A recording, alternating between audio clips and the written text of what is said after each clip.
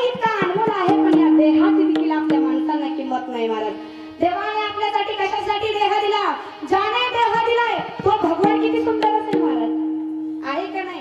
पहा आता गीताच आपण परीक्षा घेऊ ना. पहा तुम्ही मागे फिरून पहा, पुढे फिरून पहा.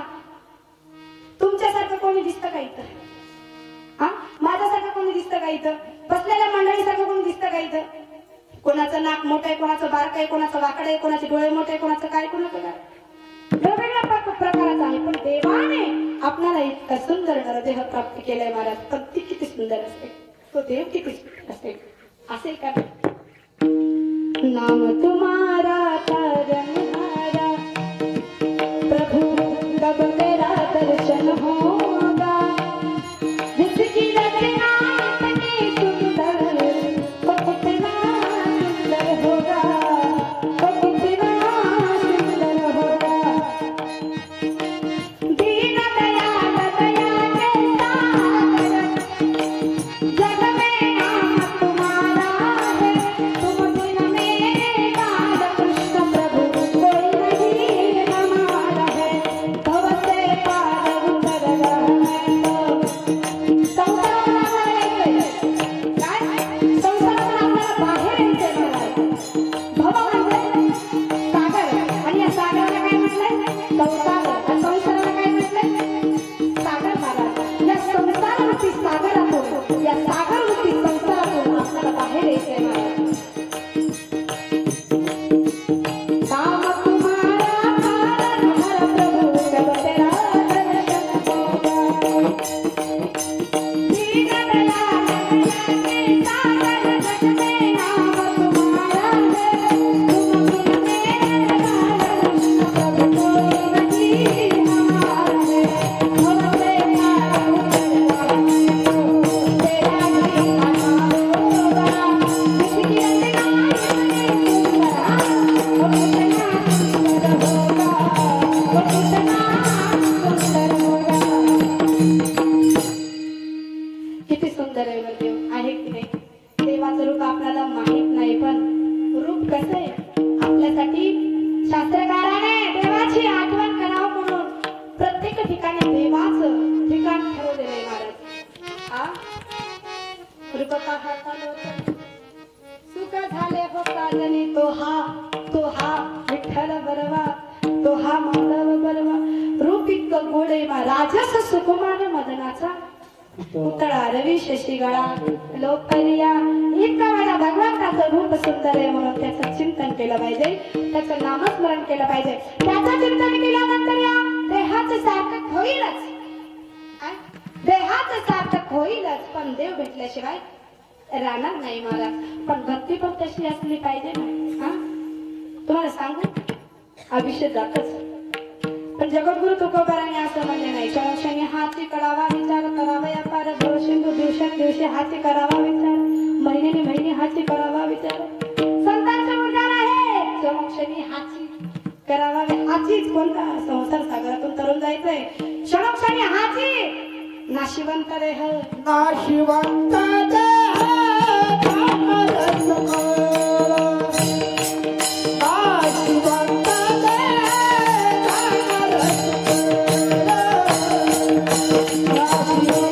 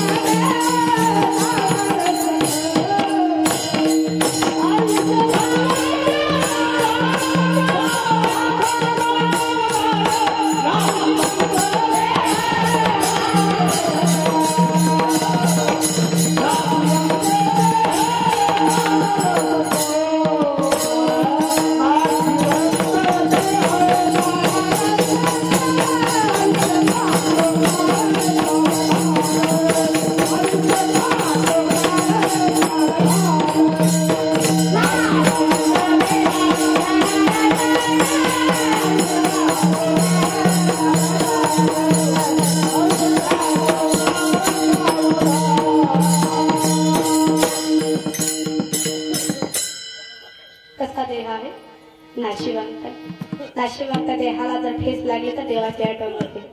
कधी आठवण होते?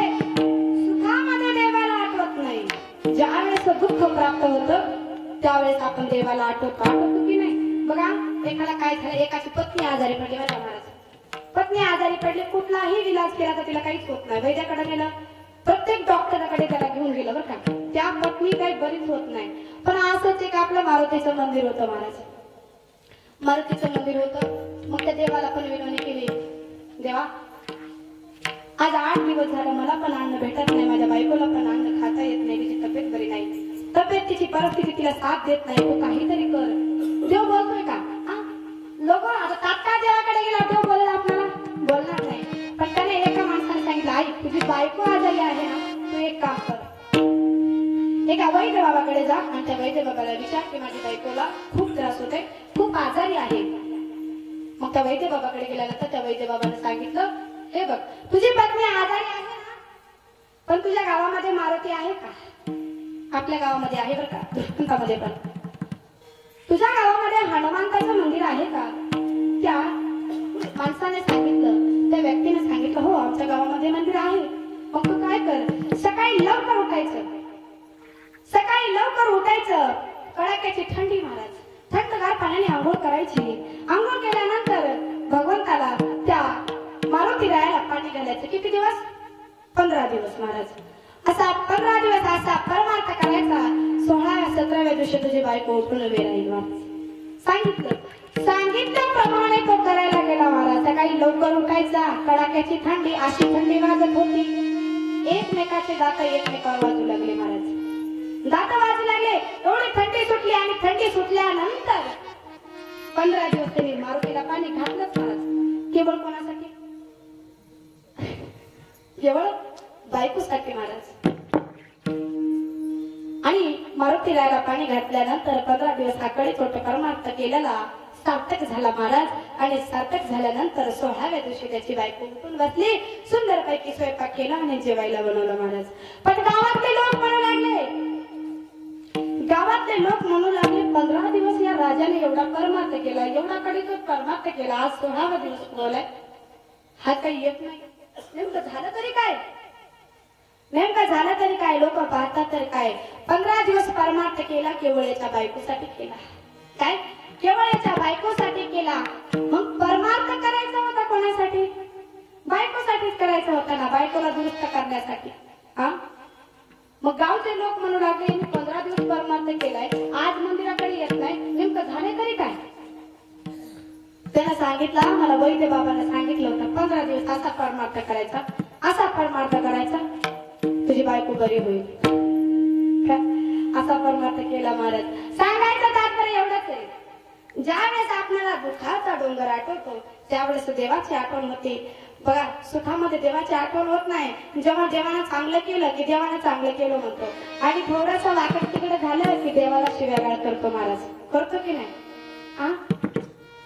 हा देह आहे, देह काही बोलला तरी काही बोलणार असो, पण याला विचार करायला सांगितले. बाबा विचार चांगला कर. आणि विचार करत असताना पुढच्या चरणामध्ये सांगितलं, संतांची संगत कर. संत समागमे धरोनी आभारी, संत समागमे धरोनी आभारी.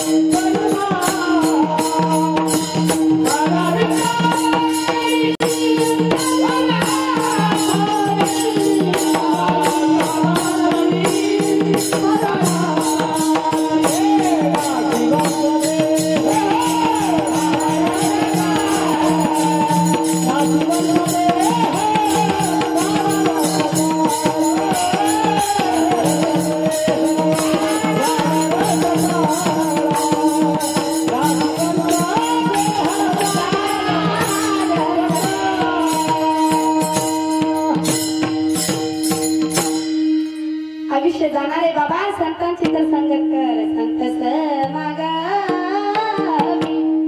धरावी आवडी करावी तातारी परमार्थाची तातडी कोणाची करायची परमार्थाची तातडी करायची आपण नको त्या गोष्टीची तातडी करतो की नाही महाराज आयुष्य जाणार आहे आयुष्य इतकं कमी आहे तुम्हाला सांगते थोडा वेळ राहिलेला आहे आपल्याला बघा आयुष्य जातं आयुष्य आपल्याला 40 वर्षामध्ये दिसत नाही 50 वर्षामध्ये बोलता येत नाही खाता येत नाही 60 वर्षामध्ये चालता येत नाही 70 वर्षामध्ये बसलेलं उठता येत नाही खटाखट निघून जातं आयुष्य तरी चिंतन करत नाही कर्म का हा मानू करत नाही 40 वर्ष झाली 40 वर्ष झाली महाराज आपल्याला 40 वर्ष झाली डोळा 40 आली 40 मतलब 40 मतलब चष्मा 40 वर्ष झाली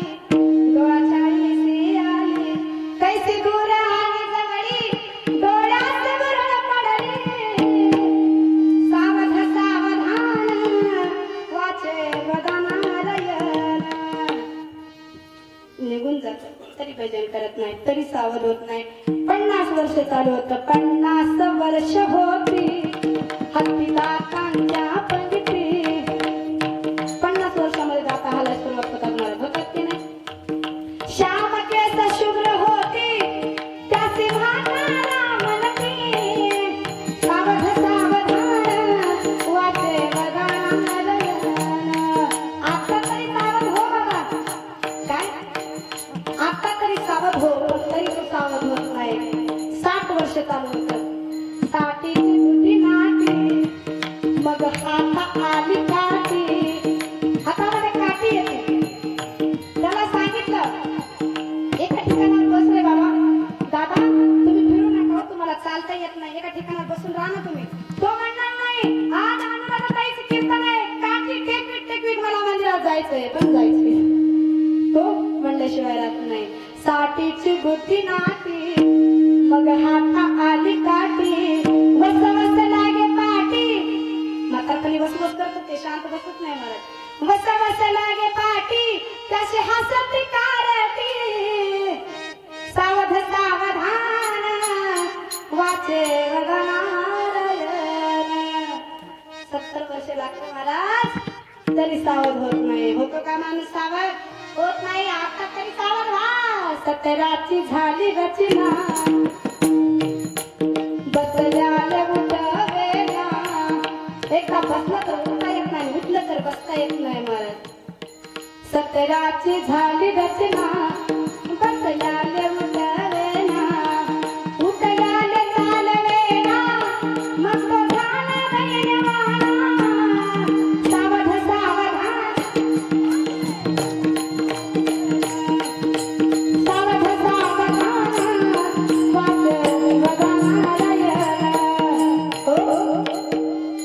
पूर्ण आयुष्य निघून जातं महाराज हा देह सावधान झालेला नाही नाशिवंत देह दानावर सकळ आयुष्य खातो काळ सावधान किंवा सावकाश हा देह हा नाशिवंत देह एकदा देखील जाणार आहे या देहाला संगत पाहिजे कोणाची संतांची संतन के संग लागी रे तेरी अच्छी बने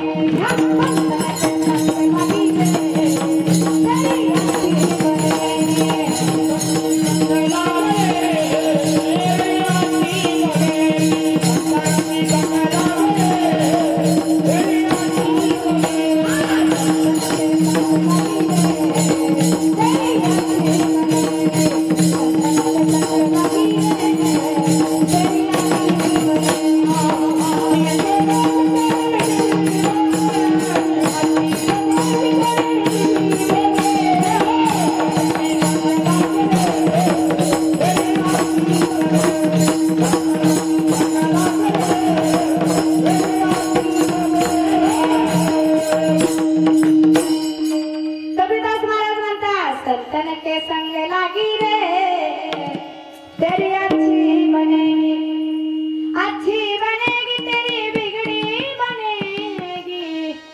बिगड़लेली जिंदगी नंतर सुधरेल. त्यागी अपने जीवन जमा दिया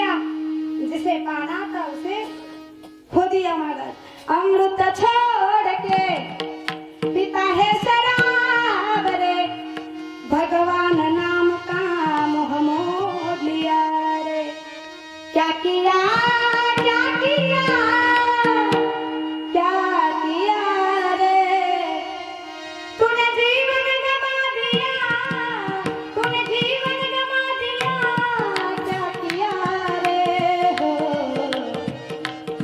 जिससे पाना था उनको तो खो दिया रे त्याचा पुढे जाऊन बोलले कबीरदास महाराज काय बोलले विषय बंदो से काय म्हणतात विषय बंदो से बांधा गया रे संत समागम को भूल गया थोडे आपण विषयामध्ये तल्लीन झालो की नाही महाराज विषय असा असला पाहिजे विषय असवायचा कोठे आठवतच नाही आपल्याला आठव कोणाचा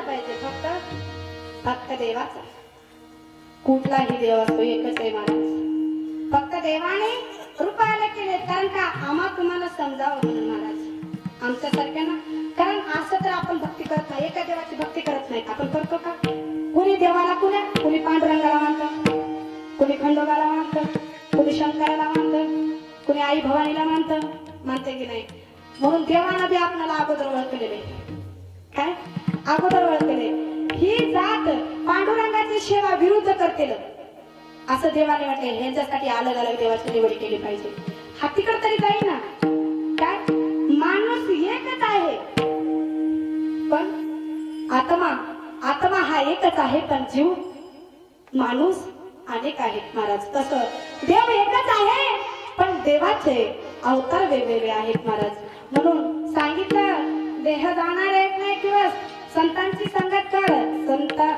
संगती करावी सदा सज्जनाची सावली नसावी दुर्जनाची महाराज संगत अशी केली पाहिजे की सज्जनाची संगत केली पाहिजे दुर्जनाची संगत केल्यानंतर स्वतःच वाटोळ झाल्याशिवाय राहणार नाही आणि मागच्या ज्या लोकांना दुःख दिल्याशिवाय नाही म्हणून होता होईल तेवढं संतांची संगत केली पाहिजे